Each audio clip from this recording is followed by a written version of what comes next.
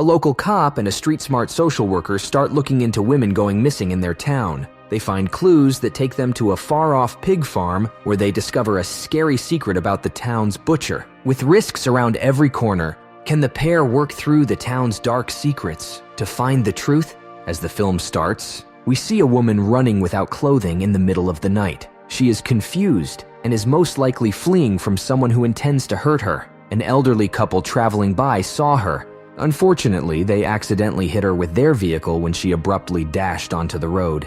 Despite this, they quickly transported her to the hospital for treatment. When they arrived at the hospital, the woman was covered with needle marks and had blood over her. She was in horrible shape, and the doctor had to put in a breathing tube to help her breathe.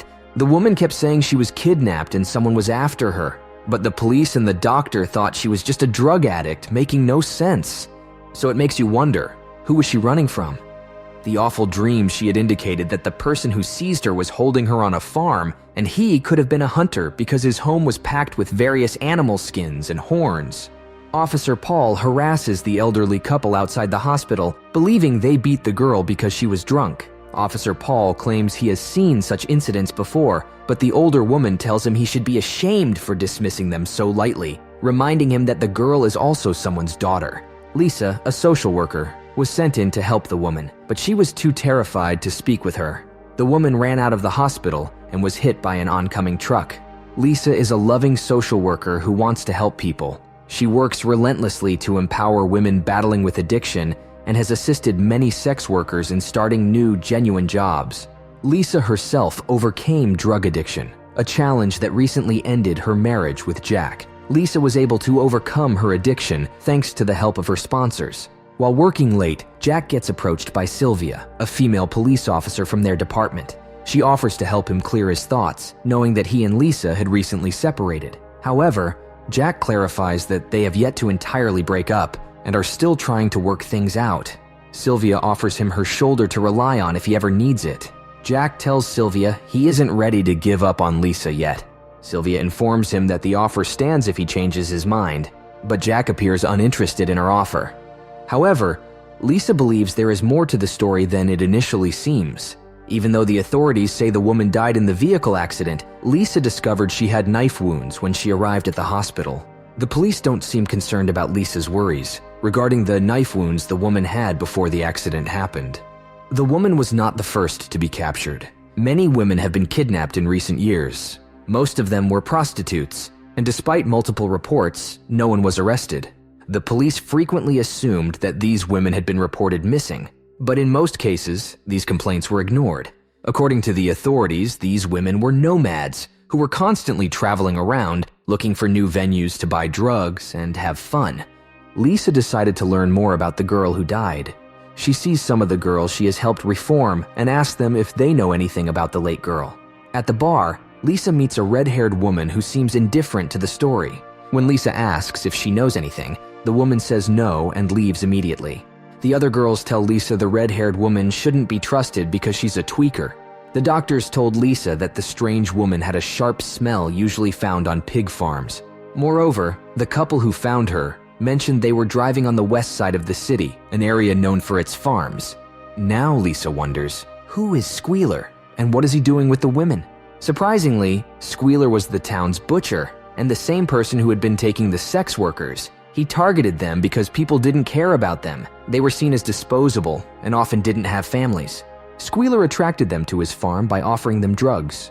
Since many of these women were addicts, they couldn't say no. Squealer would drug these women, kill them while they were still half-conscious, then chop them up in the grinder and keep their valuables. But that was only the beginning. Could he have been cutting up more than just farm animals? Yes. Squealer was secretly feeding the entire community human meat without their knowledge. He also had many pigs on his farm, which helped him dispose of the bodies.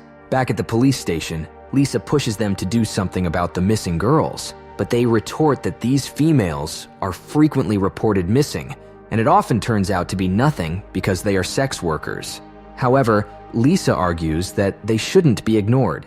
Sylvia suggests to Lisa that they should focus their efforts on people who deserve it, implying that those who chose a particular lifestyle and ended up dead shouldn't be their priority. Lisa insists it's not a choice for them, but Sylvia counters, saying, "That's the harsh reality." Lisa says Sylvia is not just ruthless, but also arrogant. Lisa responds that none of them is doing anything and leaves in frustration. Now, you'd be mistaken if you thought Squealer was just another pig farmer. He was a multi-millionaire who acquired money by selling his uncle's farm. Squealer received $8 million from the sale, and he wasn't working alone. Do you remember the red-haired woman Lisa met at the bar? She was Squealer's associate, assisting him in tracking down his victims. She even told Squealer that a woman named Lisa had been asking questions regarding the latest kidnappings. Erline had been assisting Squealer for years, but was beginning to question her actions. Why did Squealer target women? Well, Squealer's deep hate for women came from the harsh treatment he received from his mother. Even though he grew up on a pig farm, he had no desire to become a butcher. His mother would beat him regularly and murder his piglets, calling him weak and saying she wished she had killed him when he was born. Sadie, on the other hand, was a lady Lisa had helped improve her life. Before meeting Lisa, Sadie was trapped in a life of prostitution and drug abuse. Lisa also gave Sadie a place to stay until she could afford her own. Sadie was genuinely grateful for the new start, thanking Lisa daily for the difference she made in her life. Unfortunately, she made one mistake. She invited Squealer into the house and paid the price. Jack found her cold body lying in Lisa's bed. As Lisa was searching for Erline, Lisa's friend, who is a doctor, found out that Erline lived on Squealer's farm, but she left hurriedly when she thought the police were close to catching her. Lisa left a message for Jack, telling him she was going to the pig farm. Jack got there before her and was killed by Squealer. Squealer even sent Lisa graphic photos of Jack as a warning. He wanted Lisa to know what would happen if she kept looking for him.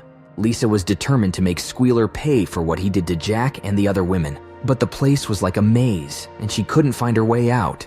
Squealer found amusement in her situation and cruelly told Lisa about how he had electrocuted Jack before taking his heart out. He taunted her at every turn and even went as far as breaking her leg.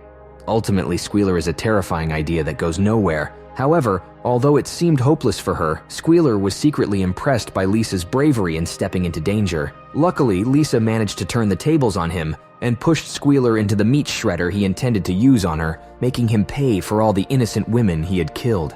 Squealer was a psychopath who was convinced he would never be caught. He had bypassed police capture for years and intended to continue doing so. The community showed little concern for the missing women, dismissing them as drifters and addicts rather than standing up for them.